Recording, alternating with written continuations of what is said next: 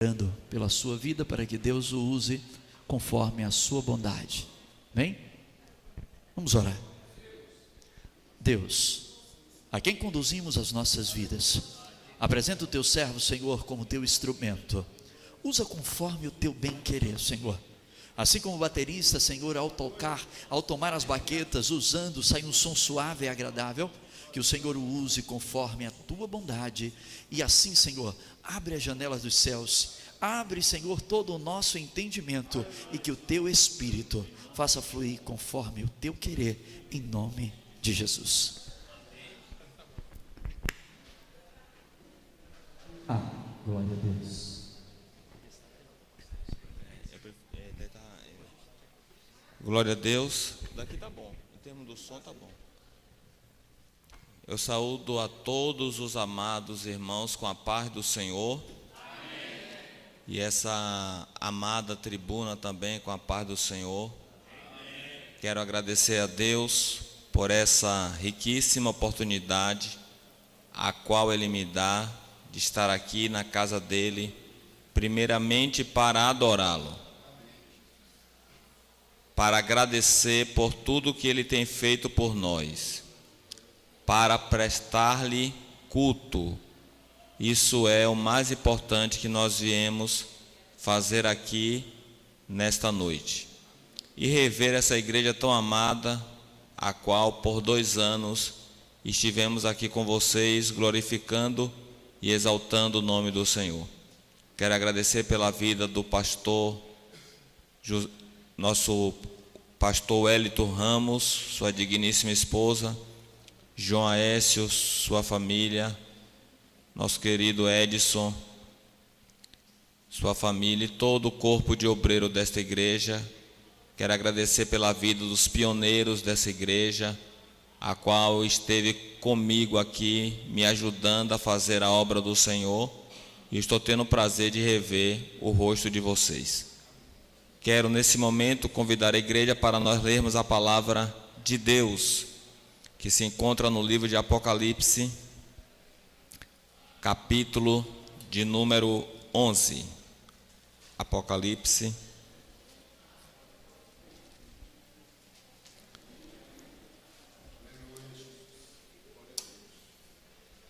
capítulo de número 11, versículo de número 3 em diante.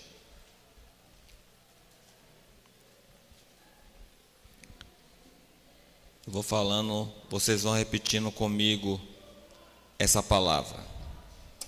Essa palavra que nós vamos ler nesta noite, o tema macro é escatologia. Apocalipse, profecias.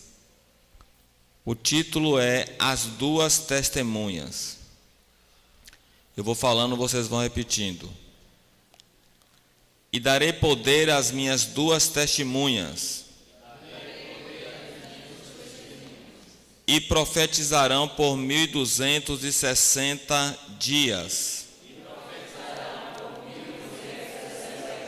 vestidas de saco. Estas são as 2 oliveiras e os 2 castiçais, que estão diante do Deus de toda a terra. E se alguém lhes quiser fazer mal, fogo sairá da sua boca e devorará os seus inimigos. E se alguém lhes quiser fazer mal, importa que assim seja morto. Eles têm poder para fechar o céu, para que não chova nos dias da sua profecia. E tem poder sobre as águas, para convertê-las em sangue, e para ferir a terra com toda sorte de pragas, todas quantas vezes quiserem. E quando acabar o seu testemunho, a besta que sobe do abismo lhes fará guerra, e os vencerá, e os matará. E jazerão seus corpos mortos na praça da grande cidade, que espiritualmente se chama Sodoma e Egito, onde o nosso Senhor também foi crucificado. E homens de vários povos, e tribos, e línguas, e nações, verão seus corpos mortos por 3 dias e meio. E não permitirão que os seus corpos mortos sejam postos em sepulcros. E os que habitam na terra se regozijarão sobre eles, e se alegrarão, e mandarão presentes uns aos outros. Porquanto estes 2 profetas tinham atormentado os que habitam sobre a terra. E depois daqueles 3 dias e meio, o Espírito de vida, vindo de Deus, entrou neles, e puseram-se sobre seus pés, e caiu grande temor sobre os que os viram, e ouviram uma grande voz do céu, que lhes dizia: subi para aqui. E subiram ao céu em uma nuvem, e os seus inimigos os viram. E naquela mesma hora houve grande terremoto, e caiu a 10ª parte da cidade. E no terremoto foram mortos 7.000 homens. E os demais ficaram muito atemorizados, e deram glória ao Deus do céu. Levantemos as mãos aos céus e oremos. Ó Deus, dono de todo conhecimento, de toda ciência, de todo poder, de toda glória, faça-se presente aqui nesta noite.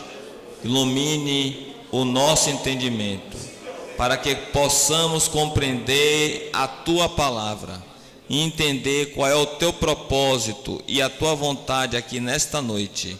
Nós Te agradecemos por tudo, em nome do Pai, do Filho e do Espírito Santo. Amém. Queridos, me dada a honra de falar dessa palavra. A palavra que nós acabamos de ler é uma palavra que faz parte do arcabouço teórico de uma disciplina chamada escatologia. A palavra escatologia é uma palavra composta de palavras de origem grega, que significa estudo das últimas coisas, da combinação da palavra logia e escatos, que quer dizer último. Por sua vez, também uma palavra do arcabouço teórico da escatologia, chamada literatura apocalíptica, que é uma literatura escatológica, uma literatura profética, que ela é transmitida através de símbolos, através de sinais, através de uma linguagem figurada, onde os personagens às vezes são literais, às vezes apenas são símbolos. E aqui nós estamos diante de uma profecia que fala do advento de 2 testemunhas. Mas antes de ser revelado ao apóstolo João essa palavra acerca das 2 testemunhas, foi-lhe revelado primeiro a questão do templo. Está escrito aqui no versículo de número 3 do capítulo 11 o seguinte: e darei poder as minhas duas testemunhas, e profetizarão por 1260 dias, vestidas de saco. Antes dessa profecia, a Bíblia fala que foi dada a ordem a João para que ele medisse o templo. Isto está escrito em Apocalipse capítulo 11, versículo 1. E foi-me dado uma cana semelhante a uma vara, e chegou o anjo e disse: levanta-te e mede o templo de Deus e o altar e os que nele adoram. Para muitos intérpretes do Apocalipse, eles entendem que nos últimos dias, os dias que antecederão o grande dia do Senhor, os dias que antecedem o Armagedon, novamente o templo, o grande templo construído por Salomão, ele voltará a existir. E por ele voltar a existir, é que é dada a ordem de fazer a medição desse templo. Remetendo um pouco ao histórico, sabemos que no princípio o local onde Deus ele escolheu para ali colocar o seu nome foi o tabernáculo, construído por Moisés. Em seguida, Davi propôs no seu coração construir uma casa para Deus. Deus então permitiu que o filho de Davi construísse essa casa, esse templo. Esse templo em Jerusalém foi edificado sobre o monte, o mesmo monte onde Isaque foi oferecido a Deus em sacrifício, o monte Moriá, cujo significado etimológico é ordenado, considerado por Deus.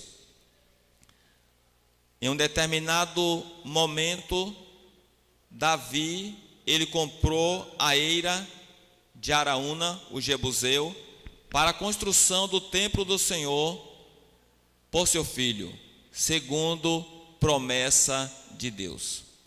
Esse templo foi construído por Salomão, e esse templo construído por Salomão foi o local de adoração a Deus, onde os grandes eventos religiosos ali aconteciam.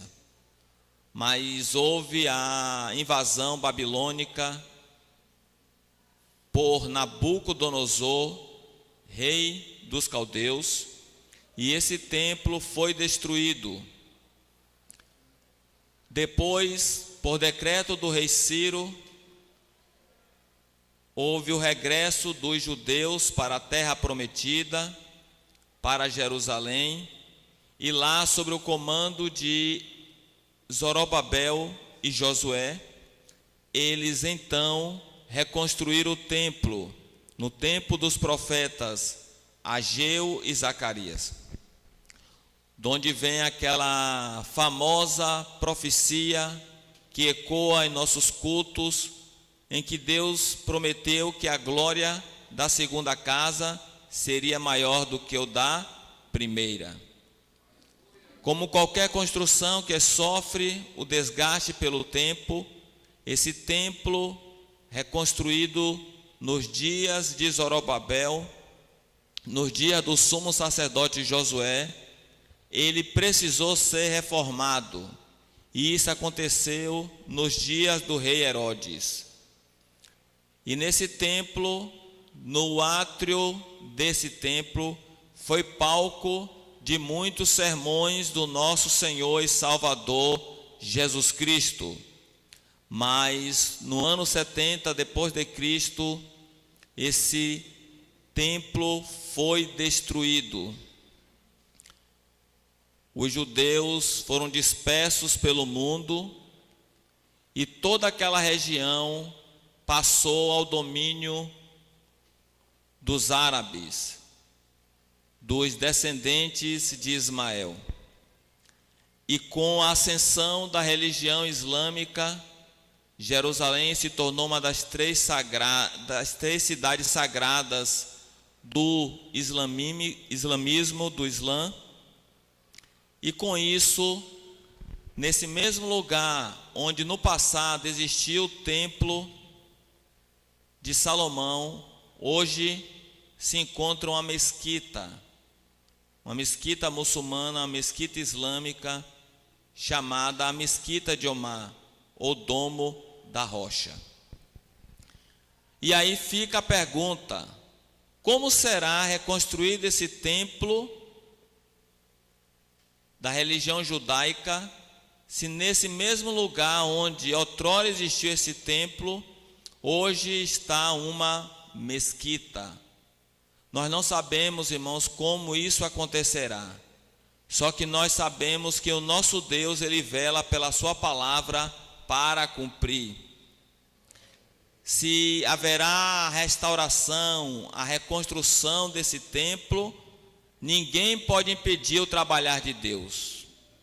Está escrito na sua palavra: não há ninguém que possa escapar das minhas mãos, operando eu, quem impedirá? E também está escrito no livro do profeta Jeremias, em que o Senhor vela pela sua palavra para a cumprir.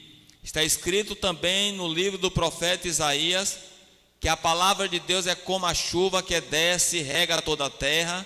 Ela não volta vazia, mas prosperará naquilo que ela foi endereçada. Então nós temos aqui, nessa palavra, a existência de um templo e a ordem para medi-lo.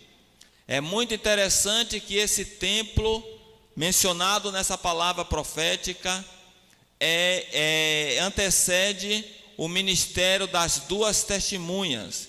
E conforme a palavra que nós lemos, essas duas testemunhas profetizarão por 1260 dias na cidade que espiritualmente se chama Sodoma e Egito. Essa cidade que espiritualmente se chama Sodoma e Egito, fica claro na própria leitura que nós fizemos, que é Jerusalém. Porque está escrito que também nessa mesma cidade o Senhor também foi crucificado. E quem foi crucificado em Jerusalém? Jesus. E porque na palavra profética se cognomina Jerusalém de Sodoma e Egito? Alguns intérpretes entendem que essa denominação, esse epíteto a Jerusalém de Sodoma e Egito, se refere às duas classes de pecado, de desvios. Sodoma significa e representa os pecados de ordem carnal, de ordem material. E a denominação de Egito está representando a classe dos pecados de ordem espirituais. Exemplo: um pecado representado pelo nome de Sodoma são os pecados relacionados à área sensual. E os pecados relacionados ao Egito, a exemplo, a idolatria, a feitiçaria. Fica claro que o ministério dessas duas testemunhas será em Jerusalém, onde o Senhor também foi crucificado.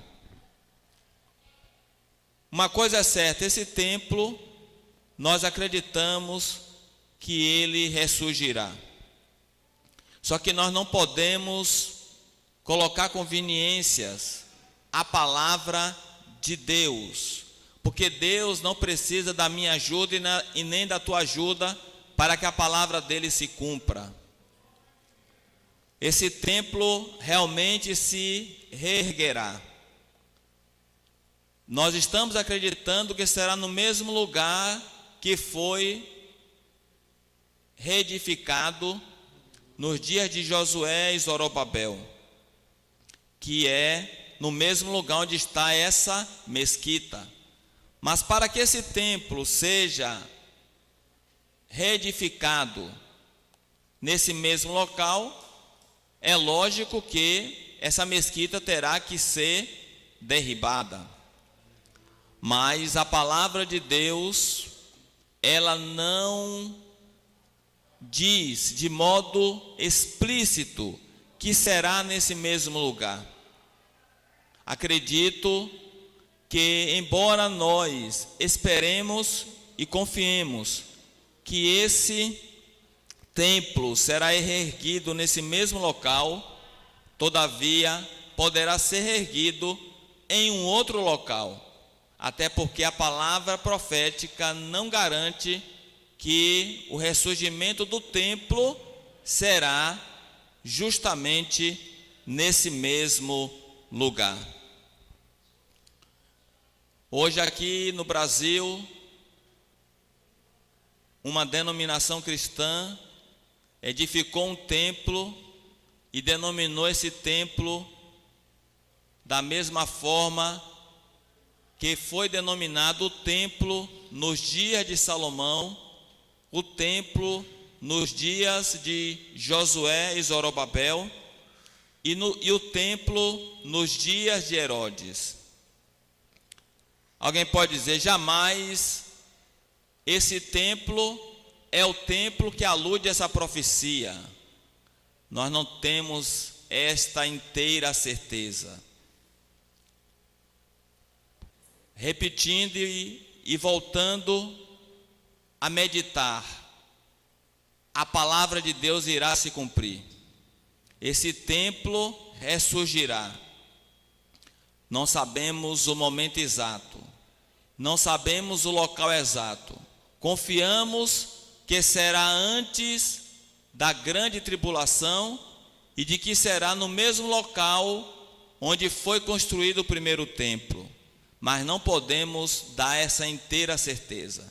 O que temos certeza é pela palavra profética que esse templo ressurgirá.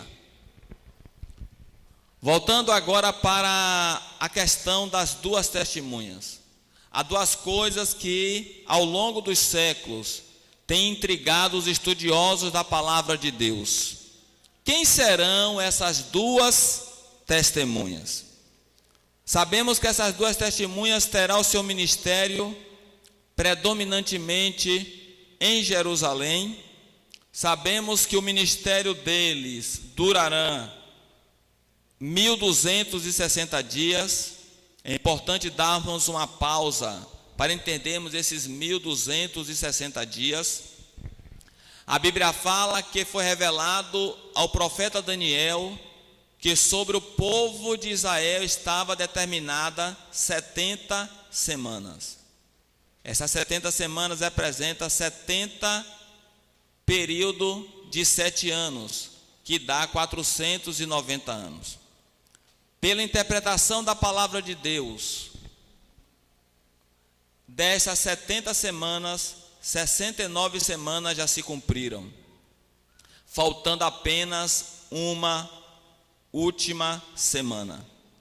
Esta semana que falta é justamente o que os estudiosos da escatologia se refere como o período da tribulação. Sendo que para os pré-tribulacionistas, esses 7 anos é subdividido em 2 períodos. O primeiro período de 3 anos e meio, 42 meses, 1260 dias, que é o período em que o anticristo faz uma aliança com muitos. E o segundo período, quando o anticristo ele rompe essa aliança, e que é chamado esse período de a grande tribulação.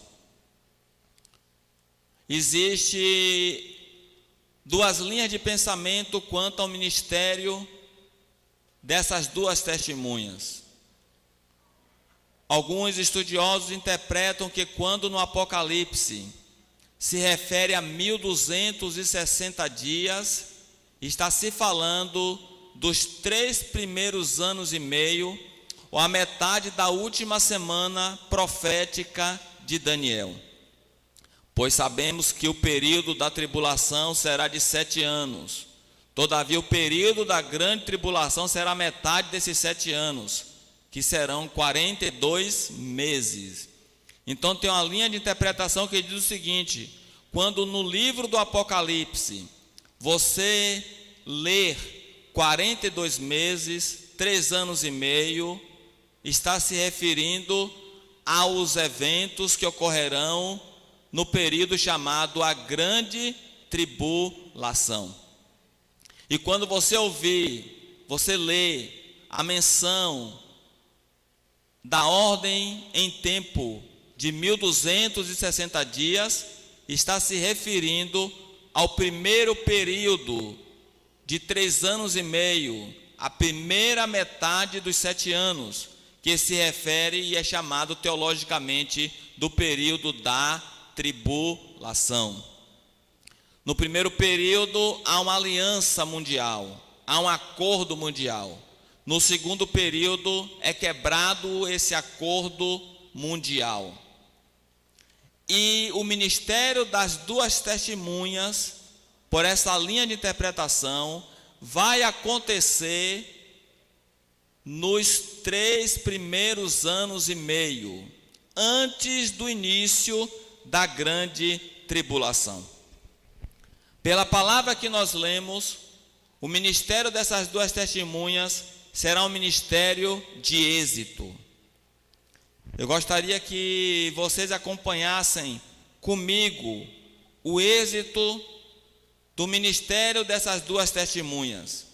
No versículo de número 5 e no versículo de número 6 da leitura, ora feita e ora estudada.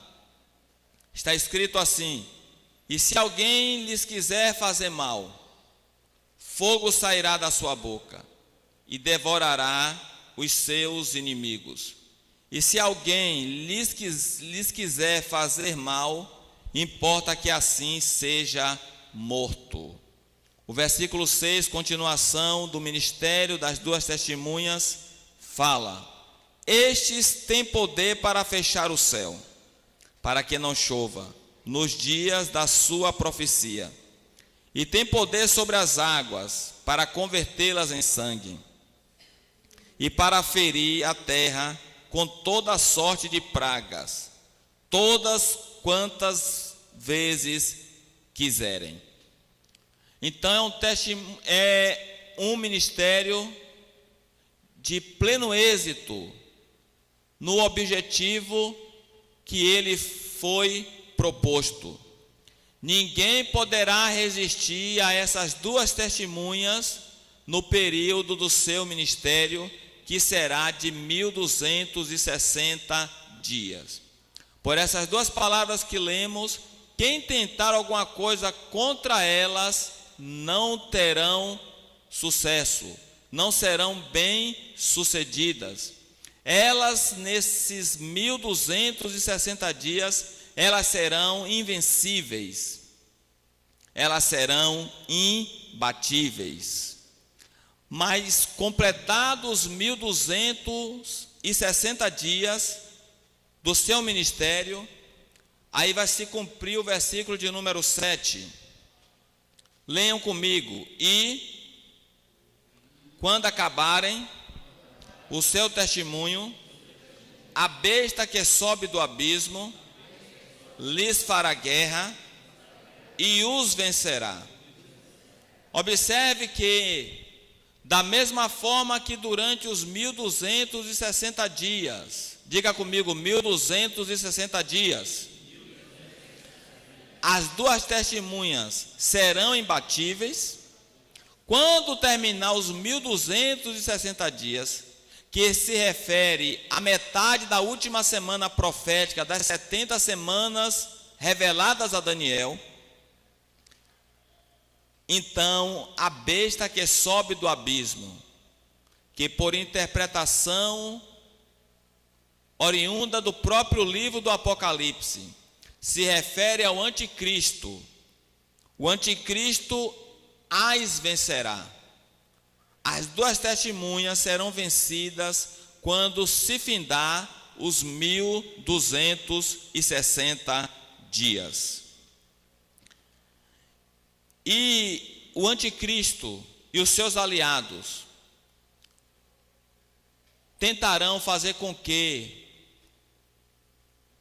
o corpo, os restos mortais dessas duas testemunhas vencidas por ele, sejam ridicularizados, sejam postos em vexame, conforme o versículo 8 que nós lemos: e jazerão seus corpos mortos na praça da grande cidade, que espiritualmente se chama Sodoma e Egito, onde o nosso Senhor também foi crucificado. Observe como o ministério dessas duas testemunhas é um ministério muito parecido.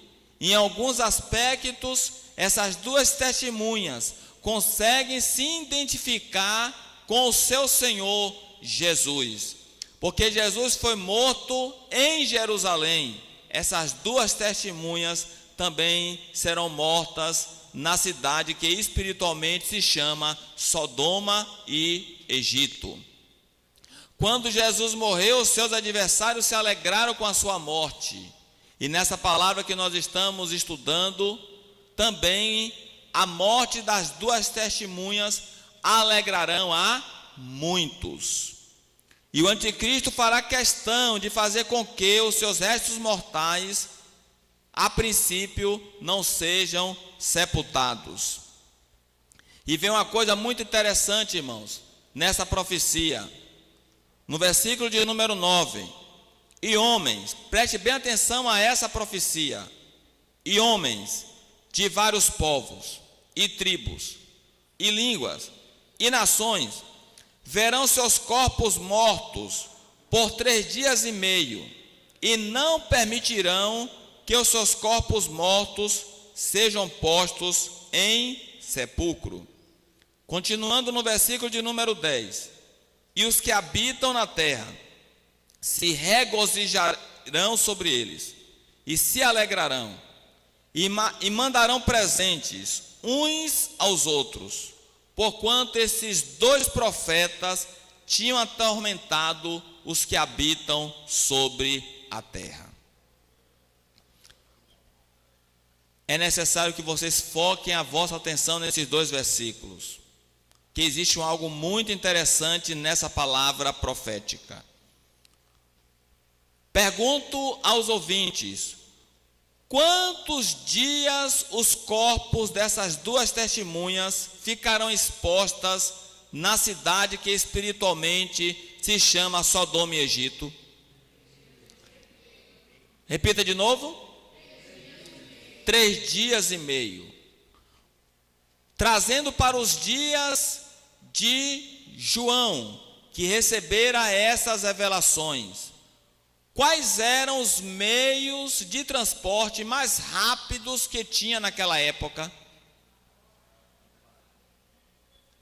Navios, embarcações, cavalos, eram os transportes mais rápidos que existiam. Eu pergunto a vocês, como é que naquela época, quando foi dado a João essa revelação, como que toda a humanidade teria condições de ver os corpos das 2 testemunhas jazendo e exposta ao público por 3 dias e meio? Nenhum dos transportes da época, a depender da distância onde as pessoas estivessem, poderiam trazê-los em tempo de antes que houvesse o sepultamento. Por exemplo, Quem morava na China naquela época não teria condições nenhuma de em 3 dias e meio chegar a Jerusalém para ver o velório, para contemplar o corpo dessas 2 testemunhas que estavam mortas e expostas ao público. E eu pergunto a vocês, como é que essa profecia poderia ou poderá se cumprir? Porque veja bem, a palavra de Deus ela é inerrante, não há erro na palavra de Deus. Pode haver erro de interpretação, mas a palavra de Deus ela é fiel e verdadeira. Se a palavra de Deus é fiel e verdadeira, está dizendo que homens de vários povos e tribos e línguas e nações verão seus corpos mortos por 3 dias e meio. Se está dizendo que verão esses corpos por 3 dias e meio, é porque essa profecia vai se cumprir. Mas como se cumprir? Baseado nos dias de João, se os meios de transportes, eles são insuficientes em termos de velocidade para transportar pessoas das extremidades do leste, do oeste, do norte e do sul em tempo hábil para chegar antes desses corpos serem sepultados. Vamos agora contextualizar essa cena para os nossos dias. Tem transportes com velocidade suficiente de levar as pessoas a Jerusalém para o velório das 2 testemunhas? Sim, em termos de velocidade, sim. Nós temos hoje os aviões. A depender do lugar tem trem de alta velocidade. Mas aí vem uma outra pergunta. A quantidade de aviões que temos, de trens, de navios, seria suficiente para dar tempo de quase a totalidade da humanidade participar do velório das 2 testemunhas? Contemplar os corpos das 2 testemunhas? Vocês acham que tem aviões, navios, trens, automóveis suficientes para dar cabo, para atender essa demanda das pessoas estarem presentes nesse velório? Também não. Mas hoje nós vemos que o contexto atual permite que essa profecia se cumpra, porque não precisa que nem eu, nem você, nem ninguém se dirija a Jerusalém para que essa profecia se cumpra. Vou dar exemplo para vocês que como nos dias atuais essa profecia pode se cumprir. É por isso que Jesus não veio há 100 anos atrás, há 300 anos atrás, porque para Jesus vir, todas as profecias, todos os mecanismos necessários para fazer com que as profecias se cumpram, elas têm de existir. Vou dar exemplo para vocês que nos dias atuais, realmente, essa profecia poderá se cumprir. Pois, assim como alguém assiste a Copa do Mundo, as Olimpíadas, o funeral de um estadista, de uma celebridade, através da televisão via satélite, ao vivo, através da internet, através da web. Então, através desses meios de comunicação, não precisa que as pessoas saiam do seu lugar para presenciar o que está acontecendo no outro lado do mundo.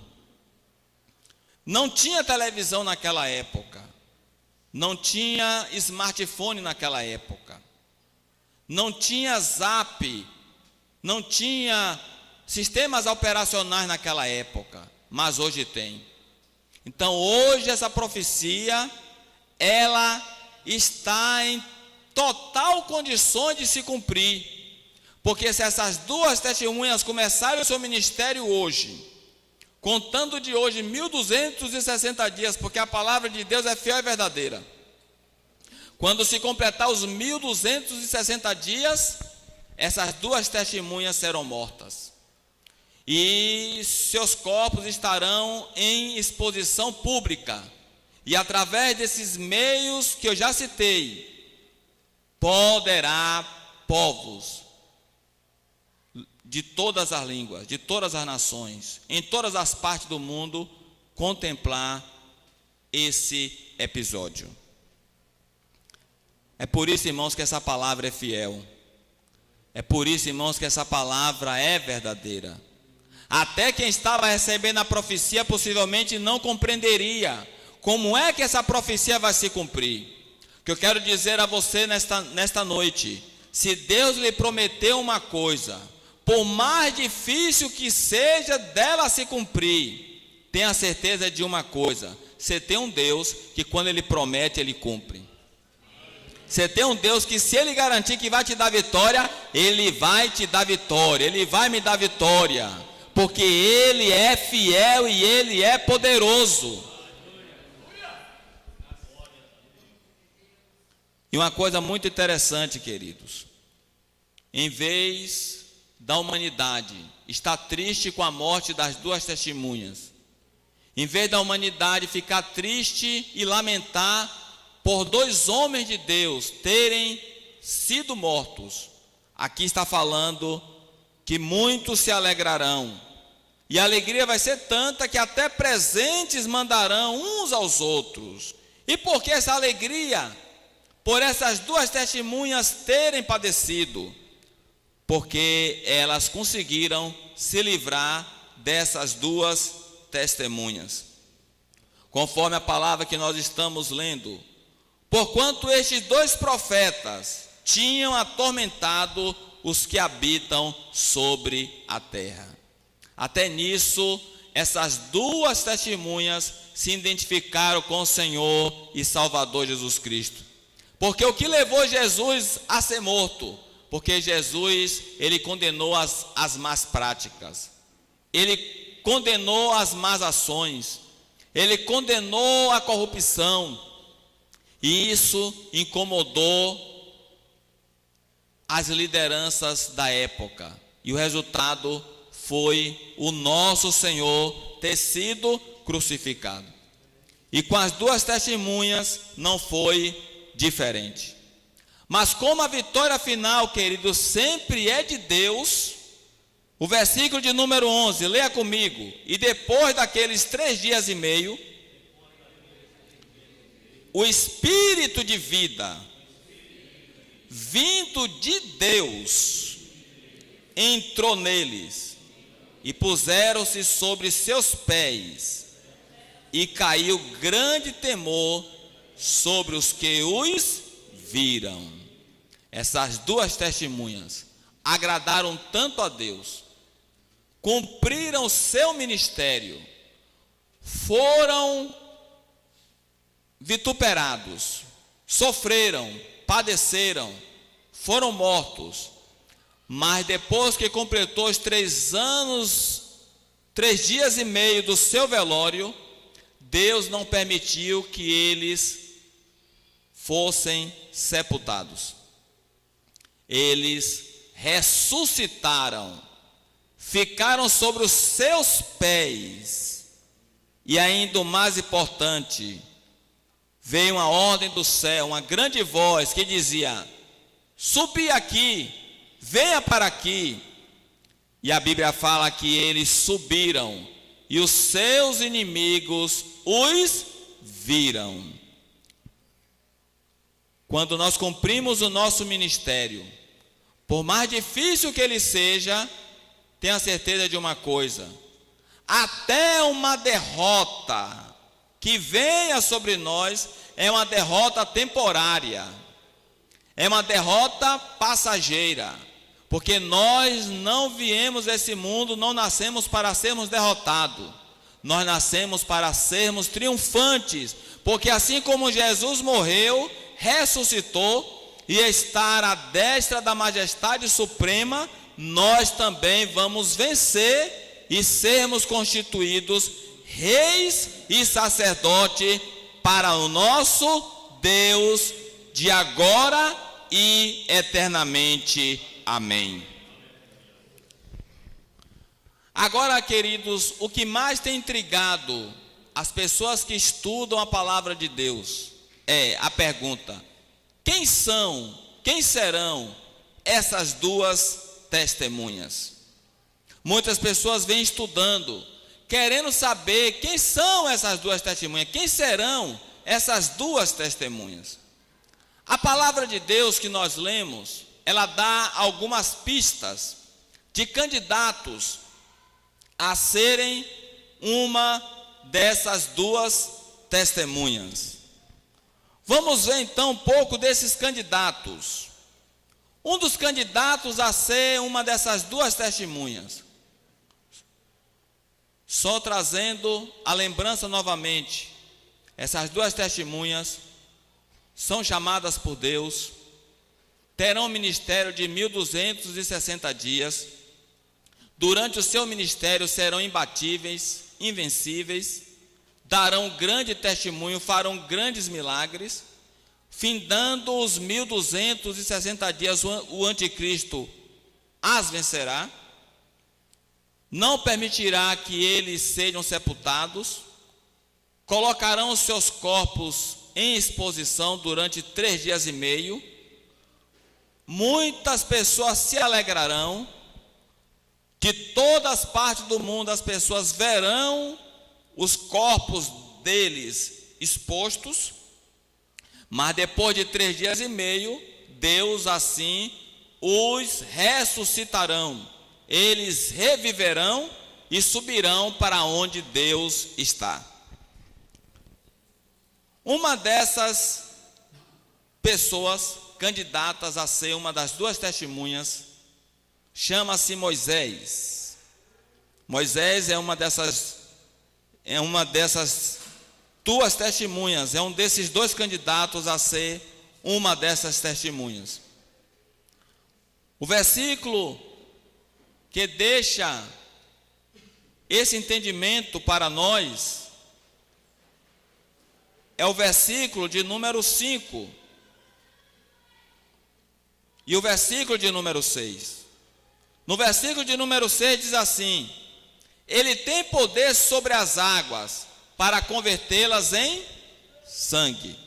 Qual foi o homem de Deus na Bíblia Sagrada que Deus usou para fazer com que a água se transformasse em sangue? Quem foi? Moisés fez isso aonde? Moisés fez isso no Egito. E nós vemos aqui que uma dessas testemunhas terá também poder de converter água em sangue. Continuando, esse versículo fala: também essas testemunhas terão o poder de ferir a terra com toda sorte de pragas, todas quantas vezes quiserem. Se elas quiserem enviar pragas sobre a terra 3 vezes durante o dia, haverá praga sobre a terra 3 vezes durante o dia.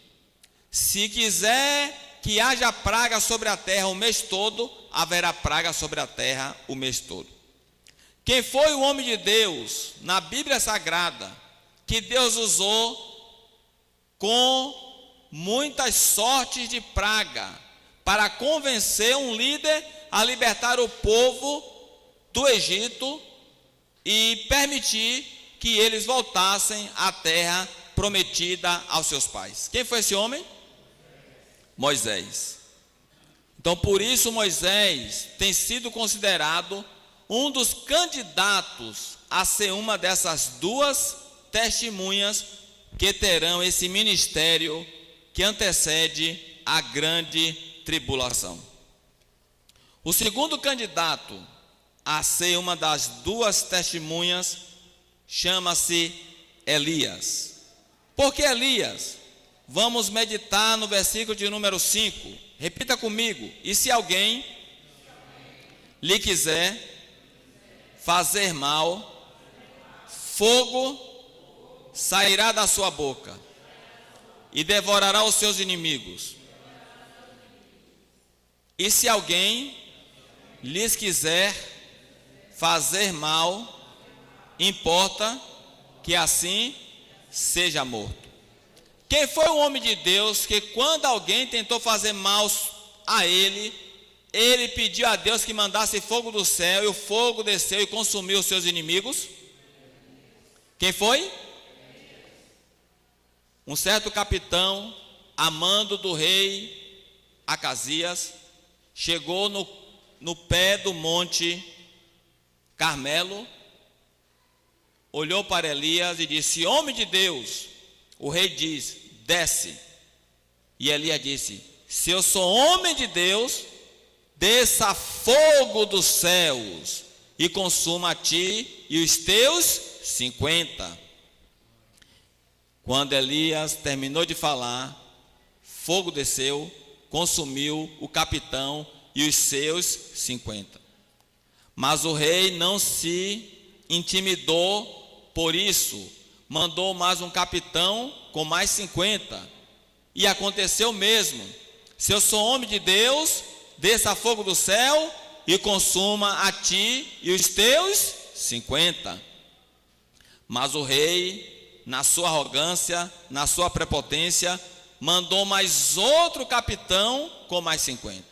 Só que esse capitão foi mais sábio, teve temor, e em vez de tentar intimidar ao profeta Elias, rogou a Elias misericórdia.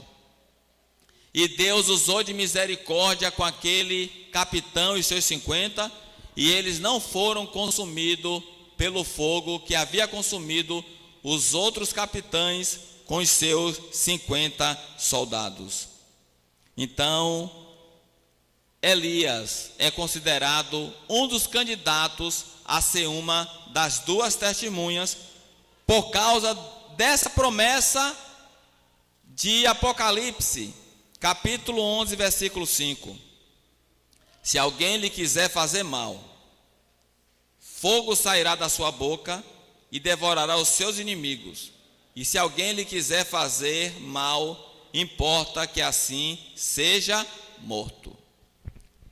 Outro milagre contido nesse capítulo que nós estamos lendo, que credencia Elias a ser uma das duas testemunhas, é a parte A do versículo de número 6. Diga comigo: estes têm poder para fechar o céu, para que não chova, nos dias da sua profecia.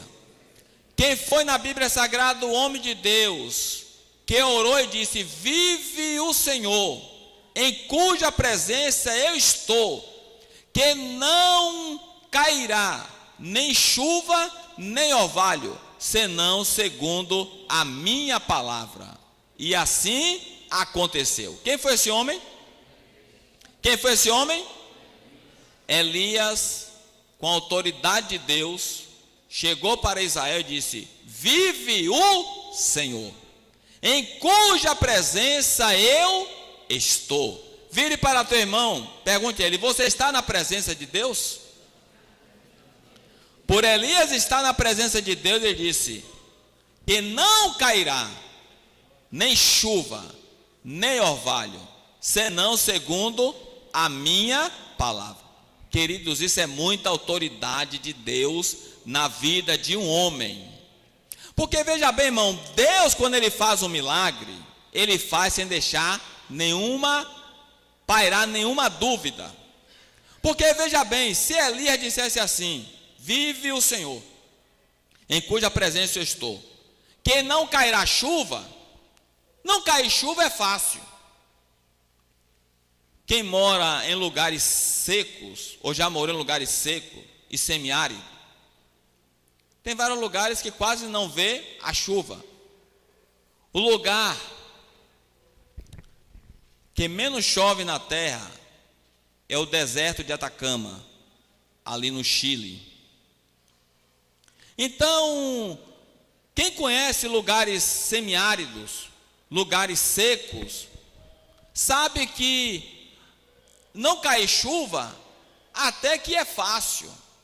Mas mesmo esses lugares que não chovem, confirme isso que eu vou falar a vocês, não chove, mas cai algo chamado orvalho. Eu quando ia passar as férias na casa da minha tia, em pleno verão, não caía uma gota de chuva. Mas pela manhã, bem cedo, ao se levantar, vimos a relva toda molhada do orvalho.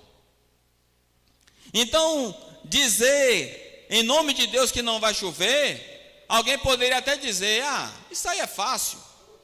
Mas ele disse, não vai chover e não vai cair orvalho. Porque Deus, irmãos, Ele é poderoso para fazer um milagre.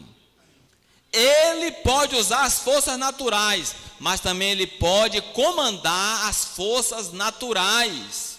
Louvado seja o nome do Senhor. Em Israel, quando tinha grandes estiagens, longas estiadas, não tinha chuva, mas tinha orvalho. Mas Elias disse, vive o Senhor, em cuja presença eu estou, que não cairá nem chuva e nem orvalho. E para mostrar que Deus era com ele, ele ainda completou a profecia com uma ousadia, uma audácia espiritual muito grande, que nos dias atuais alguém ia achar que ele, como homem de Deus, estava sendo uma pessoa arrogante ou metida. Não, ele estava confiando no seu Deus, a ponto dele dizer o seguinte, não cairá nem chuva nem orvalho, senão conforme a minha palavra. O que é que eu entendo disso? Elias quer dizer o seguinte, olhe, viva o Senhor, em cuja presença eu estou, não vai cair chuva, também não vai cair orvalho, e outra coisa, só vai cair quando eu orar. Quer dizer o seguinte, se outra pessoa orasse, não ia cair chuva nem orvalho. Tinha muitos homens de Deus nos dias do profeta Elias. Acredito eu que eles oraram para que o milagre acontecesse. Só que Elias decretou que não adiantava outro homem de Deus, outra mulher de Deus orar. Só iria chover quando ele orasse. E foi assim ou não foi, igreja? Você acredita? Você sabe que é assim.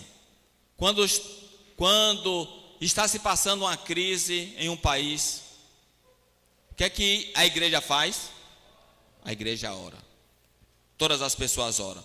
Você acha que naqueles dias que faltou pastos para os animais, a ponto de Acabe ter que pegar os seus animais e levar para um outro lugar, você acha que as pessoas não estavam orando, não?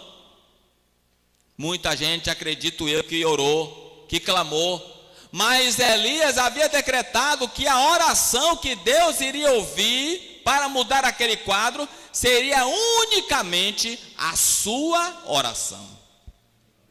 E só quando Elias orou foi que choveu. Louvado seja o nome do Senhor e Salvador Jesus Cristo. E Elias disse, Acabe, aparelha os teus carros e fuja, porque a chuva vai cair. E a chuva caiu, e essa profecia se cumpriu. Assim como o ministério de Elias, enquanto ele não foi levado em uma carruagem de fogo, foi um ministério irresistível, também será o ministério das duas testemunhas.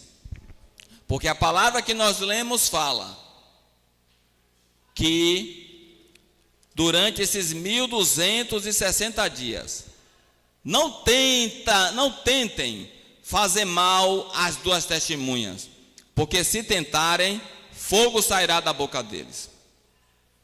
E se alguém tentar fazer mal a eles, importa que seja morto.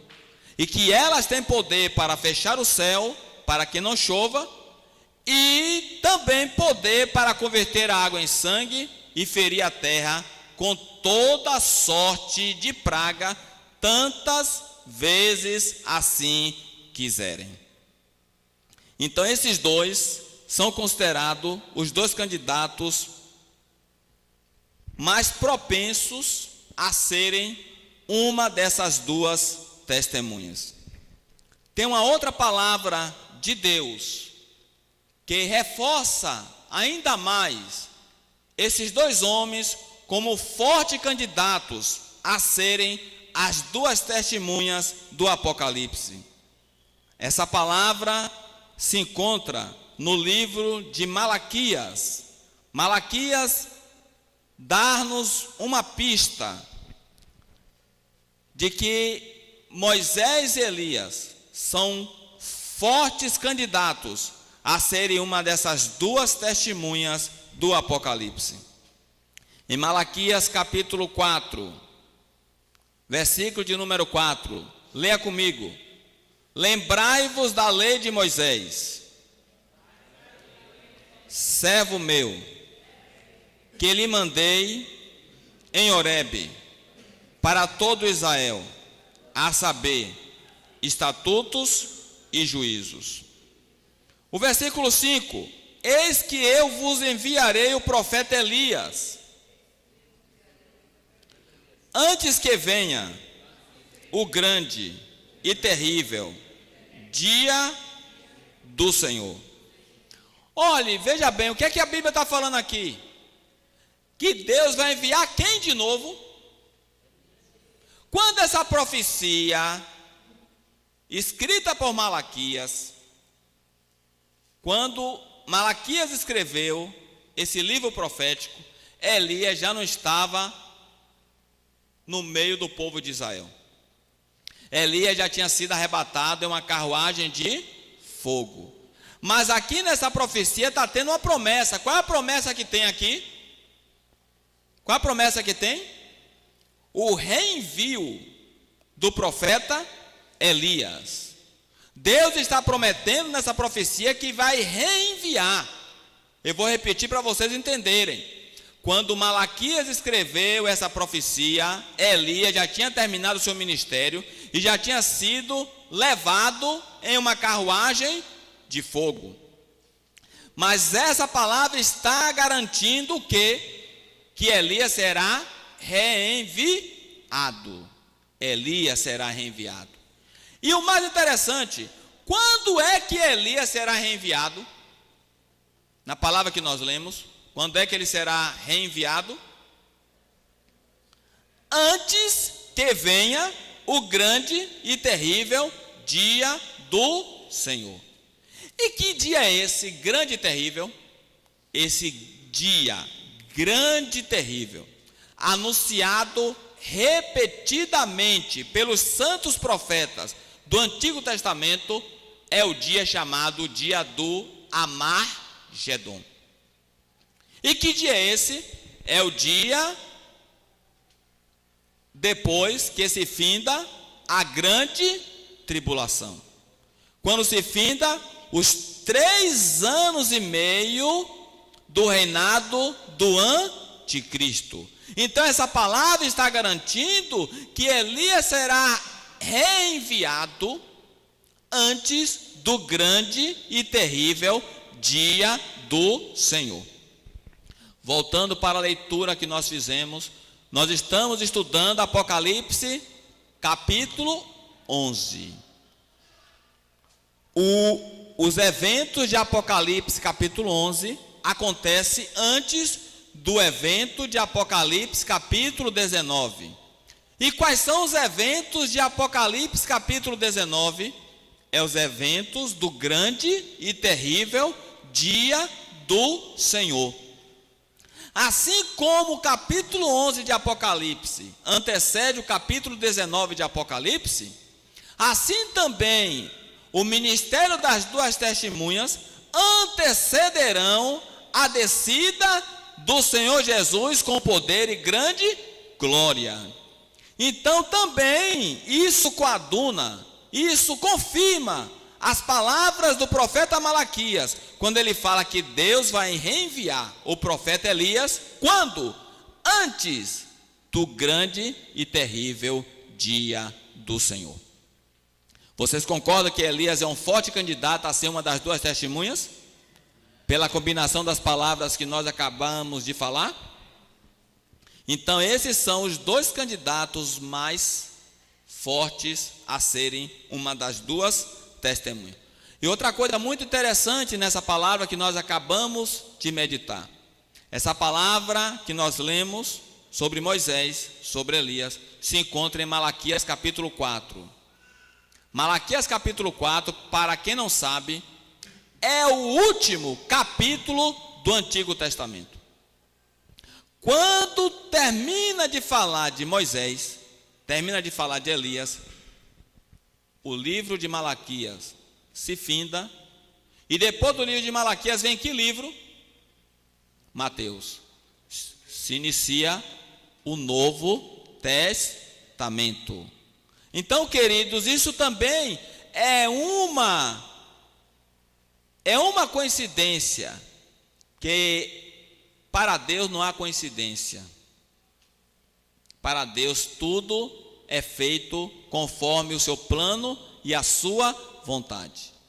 Então, assim como Malaquias conclui falando de Moisés e Elias, antecedendo a primeira vinda do Senhor Jesus, encarnado como filho de Maria, assim também as duas testemunhas antecedem a segunda vinda do Senhor Jesus, e isso também reforça Moisés e Elias como forte candidato de ser uma das duas testemunhas. Vejamos agora outro forte candidato a ser uma das duas testemunhas. Dois fortes candidatos, diga comigo, Moisés e Elias. Só recapitulando, Moisés e Elias, por causa da forma do ministério das duas testemunhas, muito parecido com o ministério de Moisés e Elias, e a palavra de Malaquias ajuda a acreditarmos que seja Moisés e Elias. Agora, um outro candidato, aliás, dois outros fortes candidatos, nós vamos meditar sobre eles agora. O versículo de número 3 e 4 do capítulo 11, ora estudados. Diga comigo, e darei poder às minhas duas testemunhas, e profetizarão por 1260 dias, vestidas de saco. Estas são as duas oliveiras e os dois castiçais que estão diante do Deus de toda a terra. Aí nós vamos, como a Bíblia explica, a própria Bíblia, veremos uma confirmação dessa palavra no livro de Zacarias. Zacarias, capítulo de número 4. Diz assim, o versículo de número 2. Zacarias 4, primeiro em diante. Mas nós iremos meditar no versículo de número 2. E disse-me, que vês? E eu disse, olho, e eis que vejo um castiçal todo de ouro, e um vaso de azeite no seu topo, com as suas 7 lâmpadas e 7 canudos, um para cada uma das lâmpadas que estão no seu topo. E por cima dele 2 oliveiras, uma à direita do vaso de azeite e outra à sua esquerda. E respondi dizendo ao anjo que falava comigo, Senhor meu, que é isto? Então respondeu o anjo que falava comigo, dizendo-me, não sabes tu o que é isto?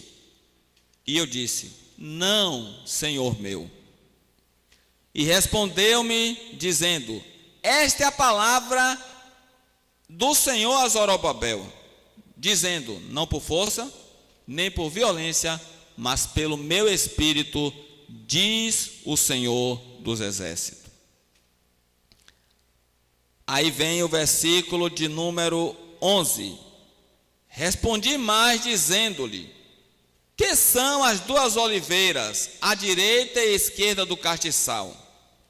E respondendo-lhe outra vez, disse: que são aqueles dois ramos de oliveira que estão junto aos dois tubos de ouro e que vertem de si azeite dourado? E ele me falou, dizendo: não sabes tu o que é isto? E eu disse: não, Senhor meu. Então ele disse a Zacarias: estes são os dois ungidos de Deus que estão diante do Senhor de toda a terra.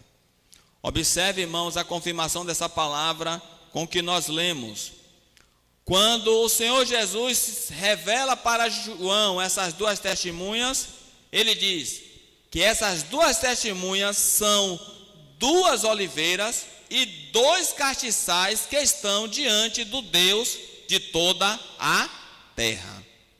Ou seja, esse versículo é parecido com o versículo que nós acabamos de ler em Zacarias. Em Zacarias, essas duas oliveiras e esses dois castiçais que estão diante do Deus de toda a terra, eles ali estão representando Zorobabel e Josué. Zorobabel, descendente de Davi, príncipe de Israel, e Josué, filho de Josadaque, sumo sacerdote daquela época. Então, Zorobabel e Josué também são candidatos a serem as duas testemunhas. Por que eles são candidatos? Reforçando o que nós estamos falando.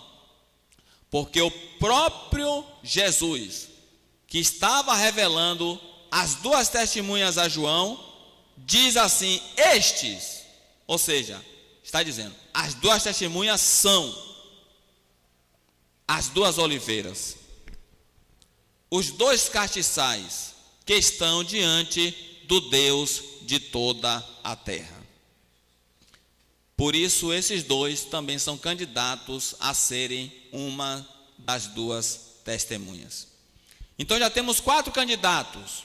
Temos Moisés, temos Elias, temos Zorobabel, filho de Sealtiel, e temos Josué, filho de Josadaque. E o 5º candidato a ser uma das duas testemunhas. O 5º candidato que se credencia a ser um candidato, nós temos pista disto em Apocalipse, capítulo 10, versículo 10 e 11.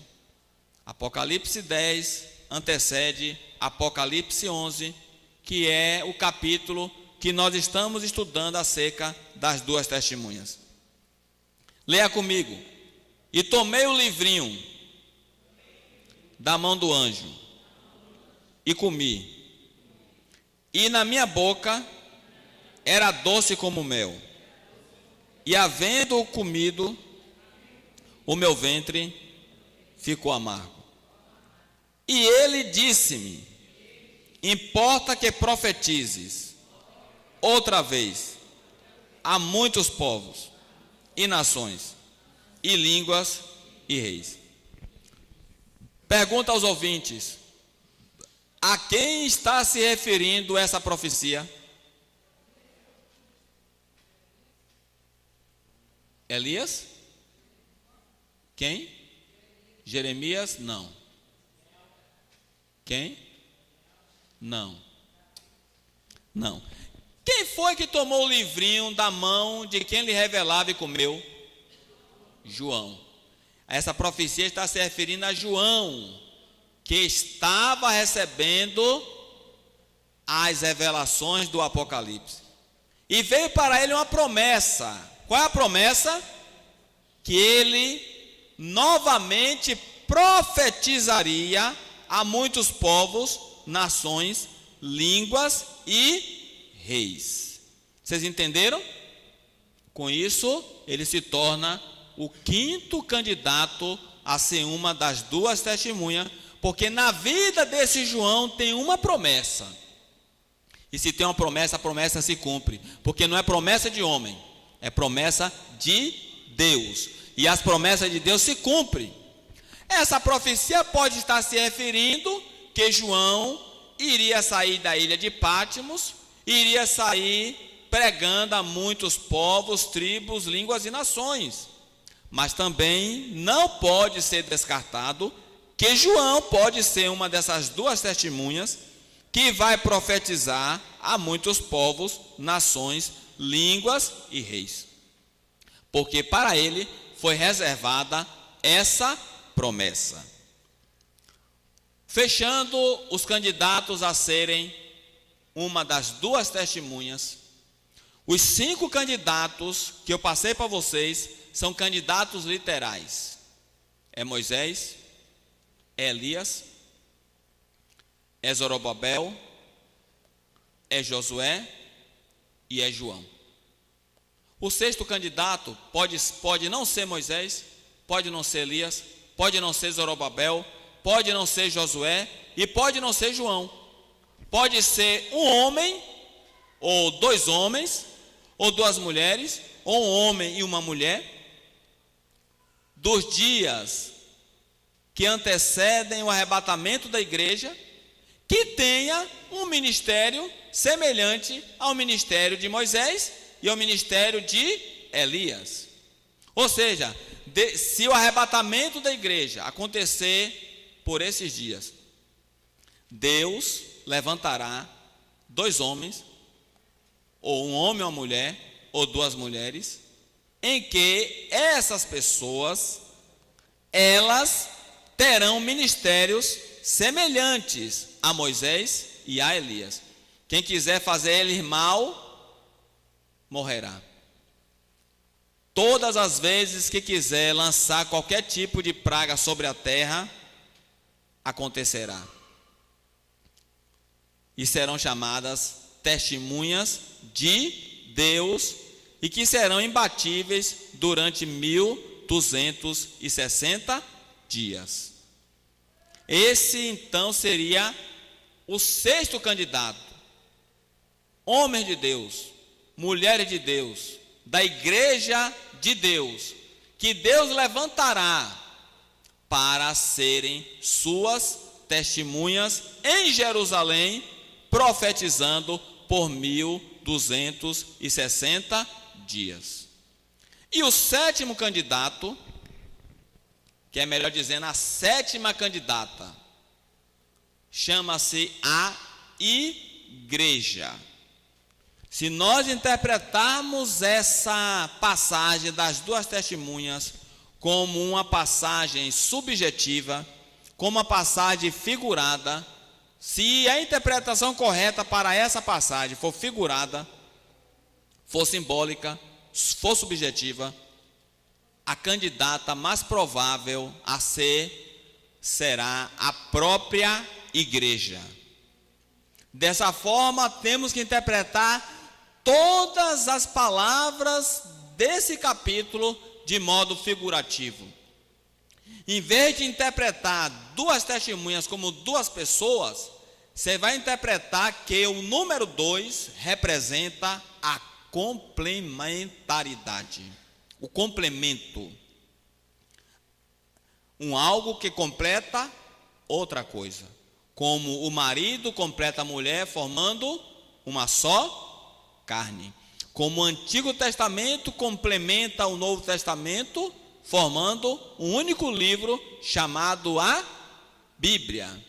Como o liderado complementa o líder e o líder complementa o liderado, formando um sistema hierárquico.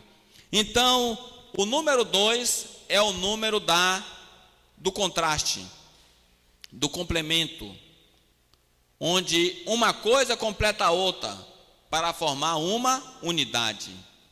Testemunhas, porque a palavra de Deus deu à igreja a incumbência de ser testemunha de Jesus Cristo em Jerusalém, em Samaria, até aos confins da terra. E está escrito no livro de Isaías: vós sois as minhas testemunhas. Então a igreja, nesse sentido, ela também, se entendermos essa palavra como uma palavra figurada, simbólica, a igreja, nesse aspecto, é a maior candidata a ser as duas testemunhas. E se nós repararmos bem, é o quadro em que a igreja está vivendo. Deus, através da igreja, está fazendo milagres? Sim ou não? Deus está fazendo prodígios? Sim ou não? Quem está querendo fazer o mal à igreja está pagando o preço? Está sofrendo dano? Milagres têm acontecido na igreja? Quem testifica de milagres? Deus fazendo na igreja, por intermédio da igreja, pela igreja, curas divinas, resolvendo problema, tirando tristeza. A igreja tem incomodado? Sim ou não? Tem incomodado, sim ou não? Se Jesus tirar a igreja da terra, vai ter gente que vai se alegrar, sim ou não? Vai ter gente que vai fazer festa, sim ou não?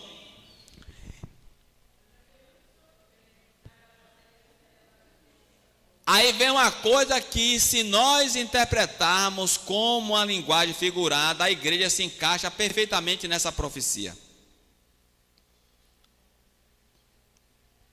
O anticristo peleja contra as duas testemunhas, depois dos 1260 dias, e combate contra ela, e a vence, e ela morre. Ao morrerem, o anticristo não permite que os seus corpos sejam sepultados, porque querem que a humanidade contemple a vitória dele e o vexame dos corpos sendo expostos a todo o mundo. Mas acontece que, depois de 3 dias e meio, o que é que acontece? Uma voz do céu brada, e essas duas testemunhas que estão mortas revivem e ficam em pé e são levadas da cidade que espiritualmente chama-se Sodoma e Egito. E o que é que brevemente vai acontecer com a igreja? O que é que vai acontecer com a igreja? Será arrebatada. E quando ela for arrebatada, a Bíblia fala que as duas testemunhas, quando elas recebem a ordem de subir, a Bíblia fala que muitos dos seus inimigos verão e lamentarão. Ou seja, quando a igreja for arrebatada, isso vai ser notório ao mundo ou não? Isso será notório ao mundo.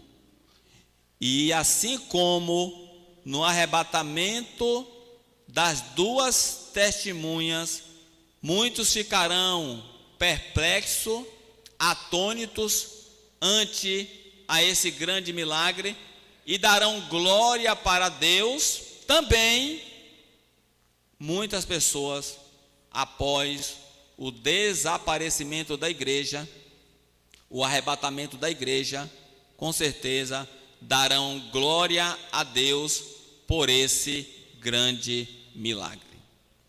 Deus continue abençoando a todos, e essa expectativa dos estudiosos da palavra de Deus, de quem virá a serem as duas testemunhas, se Moisés, se Elias, se Zorobabel, se Josué, se João, se uma outra pessoa com ministério semelhante a Moisés e Elias, ou se é a própria igreja, queridos, mais cedo ou mais tarde, se perseverarmos